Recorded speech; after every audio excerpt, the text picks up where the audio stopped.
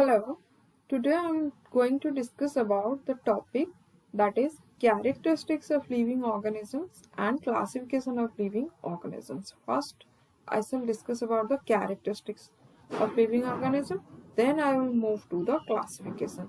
It is from IGCSE biology. So let's discuss about it. Here, topics to be covered. Which topic I shall cover in this first chapter of IGCSE syllabus?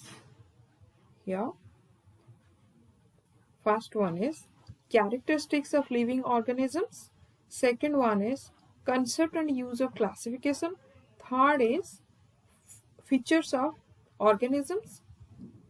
This is fourth, sorry. Dichotomous key. These are the key topics or subtopics under this topic, that is characteristics and classification of living organisms. So before I'm moving towards the topic, I shall mention this characteristics of living organism. That means organisms are two kinds. Organisms are of two types. Okay, one is living, other is non-living.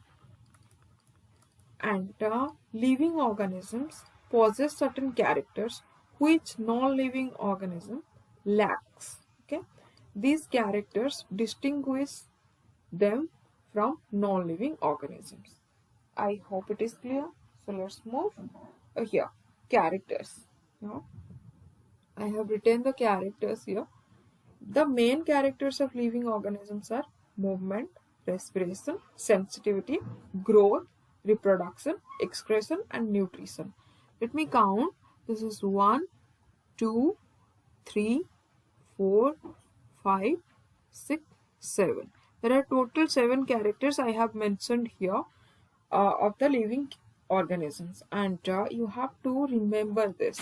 How you can remember this? By using mnemonics. This is the easiest way to remember any long term in biology, like mnemonics.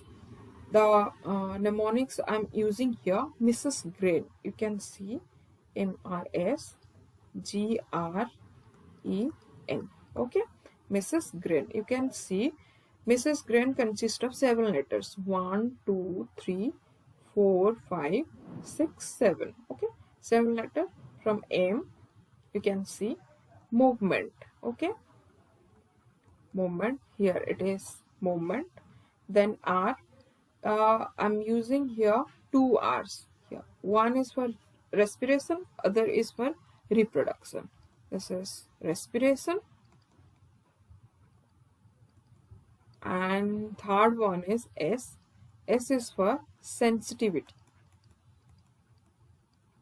Okay. Then come to G. G for growth. R. R for reproduction.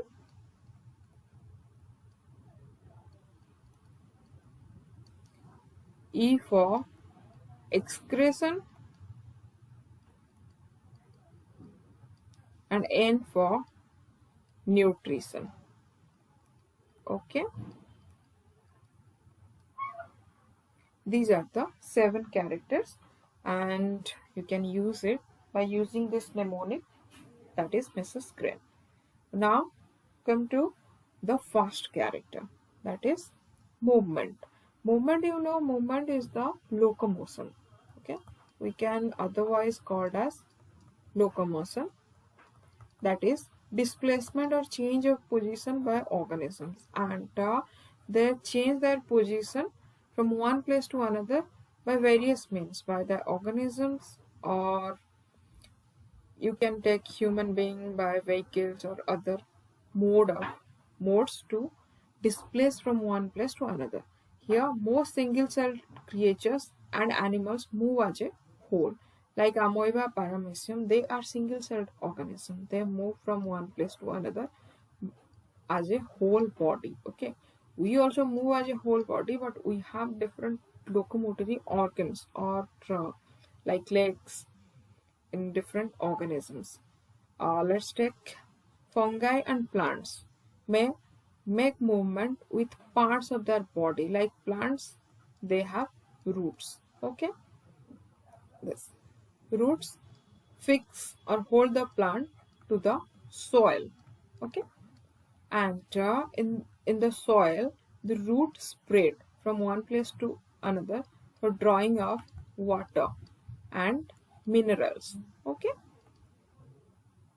so we can say that the same case happens with fungi. Fungi and plants make their movement with parts of their body like root and the stem or leaves. They also move towards sun. Okay, like not whole plant, part of plant, be it leaves or maybe it is roots. They move towards their direction, like roots are moving towards water and minerals and leaves are searching moving towards light. Okay, so now come to the third character. This is the third character here, that is respiration. Respiration, if we will listen about or ask us about respiration, we suddenly think this is breathing. Okay, but breathing is not including the respiration. We can say it is a part of respiration. Okay, part of respiration. And why this is called part of respiration? Through breathing we take oxygen. Oxygen helps in oxidation of food,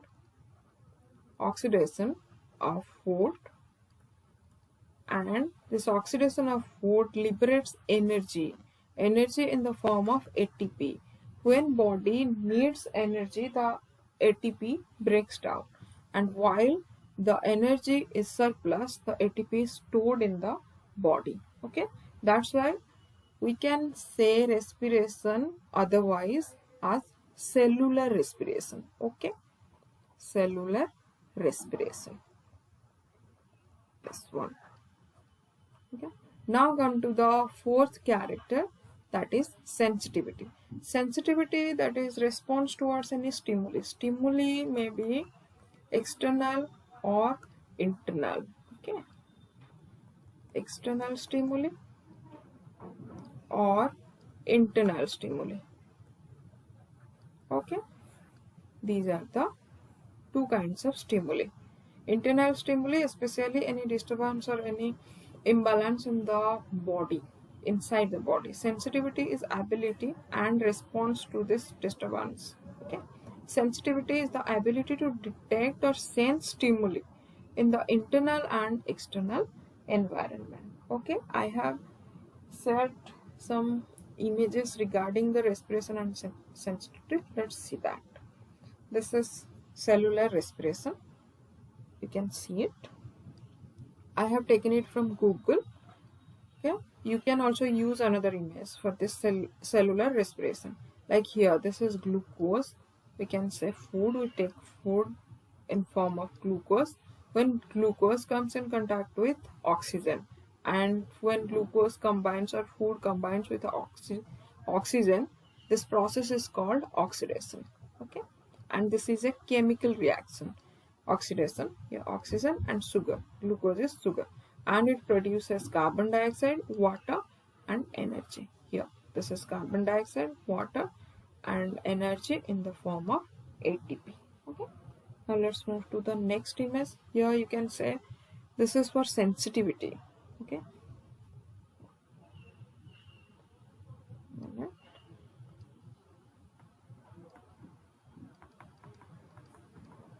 Sensitivity. Okay. Yeah. This is mimosa plant. Mimosa is very sensitive plant. Any external stimuli or any insect or human being, when touches its leaf, this leaves becomes close. Okay, you can see these insects when touches, the leaves are closing. Okay, this is called sensitivity. That means the touch of insects are the stimuli, and the response, that is closing of leaves of mimosa plants, are the response. Okay, yeah. Now come to the next character, that is growth. Okay, growth. And growth is permanent increase in size. Growth is irreversible. Okay, irreversible, because if an organism grows from young to adult, it can never come to its younger stage. Okay, that's why it is irreversible. Now I have to mentioned here permanent increase in size. Growth is permanent increase in size. It is irreversible. You can see this is seedlings by the process of germination. Okay, germination. And this is baby plant. This is another young plant. Then plant becomes adult and bloom. And here's the sunflower. Sunflower is fully bloomed. This is a irreversible process from seed to seedlings to young plant, then to adult plant. Okay, adult plant.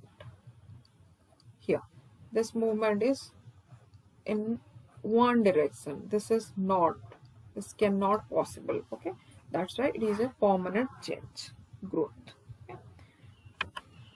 Now come to the another character of living beings, that is reproduction. Okay, yeah.